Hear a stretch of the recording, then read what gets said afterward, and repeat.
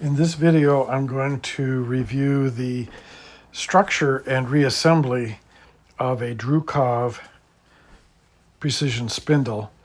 I'm not trying to show perfect assembly technique, but more just the anatomy of the spindle.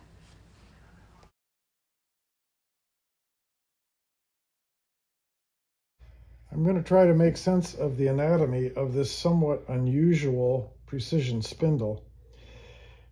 And bear with me as I do that because it's somewhat complicated, as you can see. But for somebody that might happen to come across the same brand of spindle made in Czech Republic, might be some useful information here. So first of all, the whole purpose of this spindle is to, on here, bear a grinding wheel, because this is a tool post grinder, and that's on a 4-degree taper. I learned I had to make some parts for this and figure out what the various tapers were, and this is a 4-degree taper. It came with this hub, except this hub was originally 1.375 inches in diameter, where all of the wheels that I come in contact with for grinding purposes are 1.25 diameter. So I had to turn this down and turn new 16 thread per inch left hand threads on here to fit the standard Sopco hubs that I have. The nuts that go on there are 16 left hand, and so that's what I turned on here. This material is probably medium hard and was quite easy to turn nicely. So on the other end, of course, is the driving wheel here, and that is a 2-degree taper I learned by trial and error and measurement.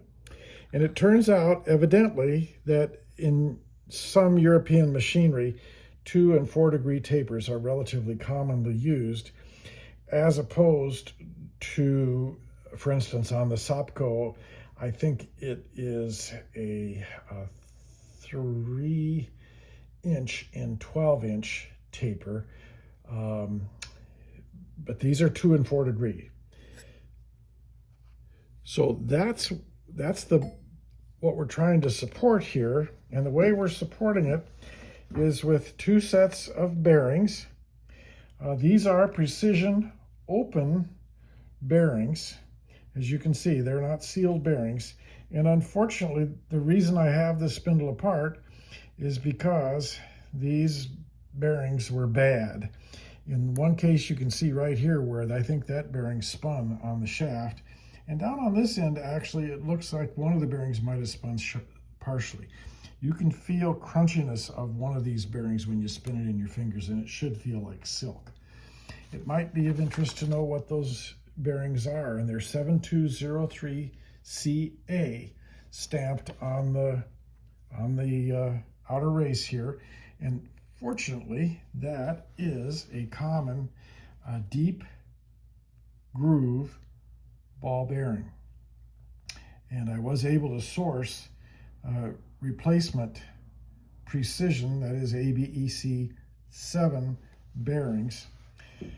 But those are going to take a while to get, and I'm not wanting to wait.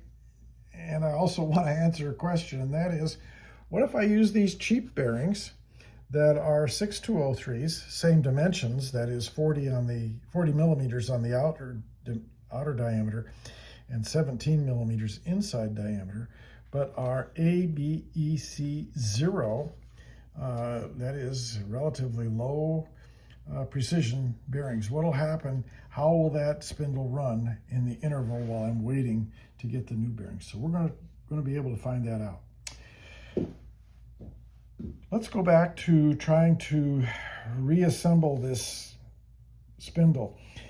I have a friend who has done for 30 or 40 years a lot of spindle work, and I shared with him the construction of this particular spindle, and he reports to me this is the first time he's seen this sort of an arrangement in a spindle to maintain preload. This is a floating piston-like ring that sits in the spindle here. You can see down deep in the bore there that there is a recess in that shoulder, and that recess engages this pin and prevents this sleeve from spinning. But the springs obviously provide some longitudinal pressure on the bearings and do provide a very light preload. And actually, when I look at manufacturers' websites, the type of bearing that I'm replacing these with, which happens to be a greased sealed bearing instead of the open bearing, because I'm concerned about my ability to keep on top of lubrication properly and keep grit out of there, and because I think that the open factor of this bearing may have been a cause in the original failure, I want to go with a sealed bearing. So anyways, this is what's providing preload on those bearings. This sleeve right here goes down the center of the spindle housing there, slides freely between the two sets of bearings, one set here, one set there, and that is what helps transmit preload from this end to that end. This piece fits over that sleeve, you can see that, like so, and is relieved on this side to just match, of course, the outer race of these bearings, and that's how that preload is transmitted. On this end, there's this piece here, which is really just a labyrinth or slinger, I think, to try to keep dust out of the assembly and to allow lubrication oil to escape. That piece, just for your information, I am almost certain is a shrink fit.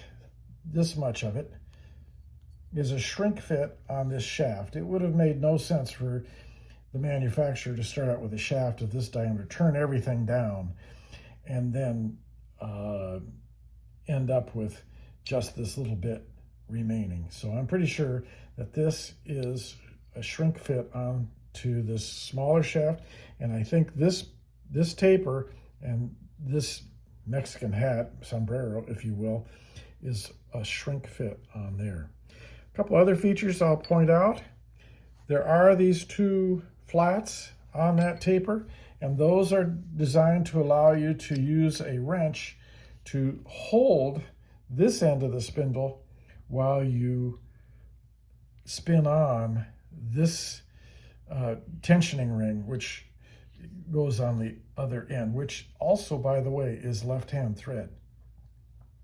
There's one other interesting and somewhat unique feature about this ring that I'll point out right now, and that is here are the two recesses to allow you to use a pin spanner to turn it, and it is, I'll say again, left-hand thread.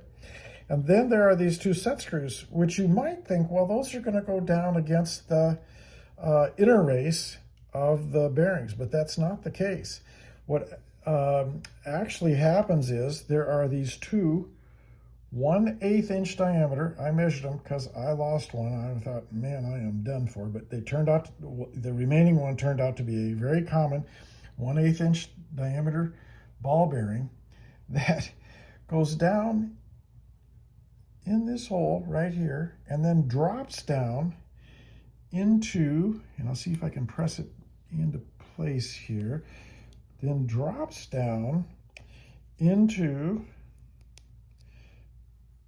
this space right here, and that ball is pressed against these threads, and you can see where it's kind of worn them some. But that's how this collar, which provides the other half of the tensioning, is stabilized on the shaft and doesn't spontaneously turn loose. So you can put the two balls in, and then you turn these set screws down, which press those balls against these threads. Again, that's something that my friend had never seen before. So be aware that it's kind of an unusual setup. And then finally, well, not finally, but the next thing that comes up is, well, what's this? This is a slinger again.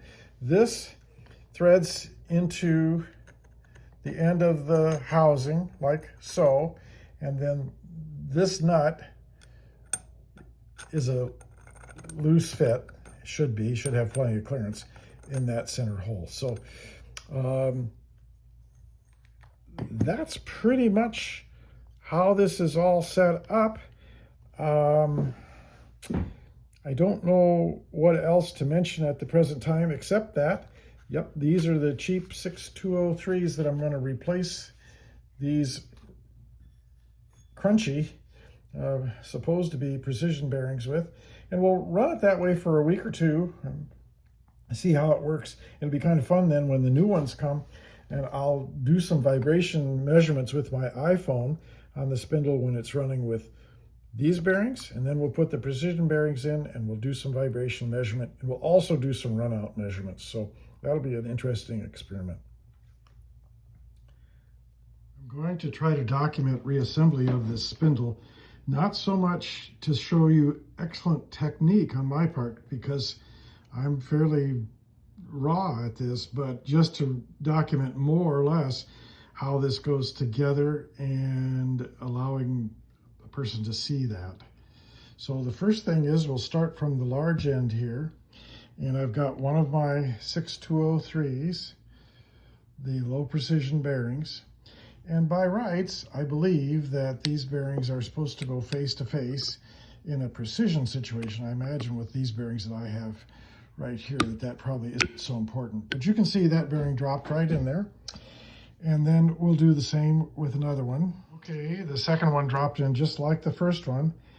And so the next thing will be to put the slinger in.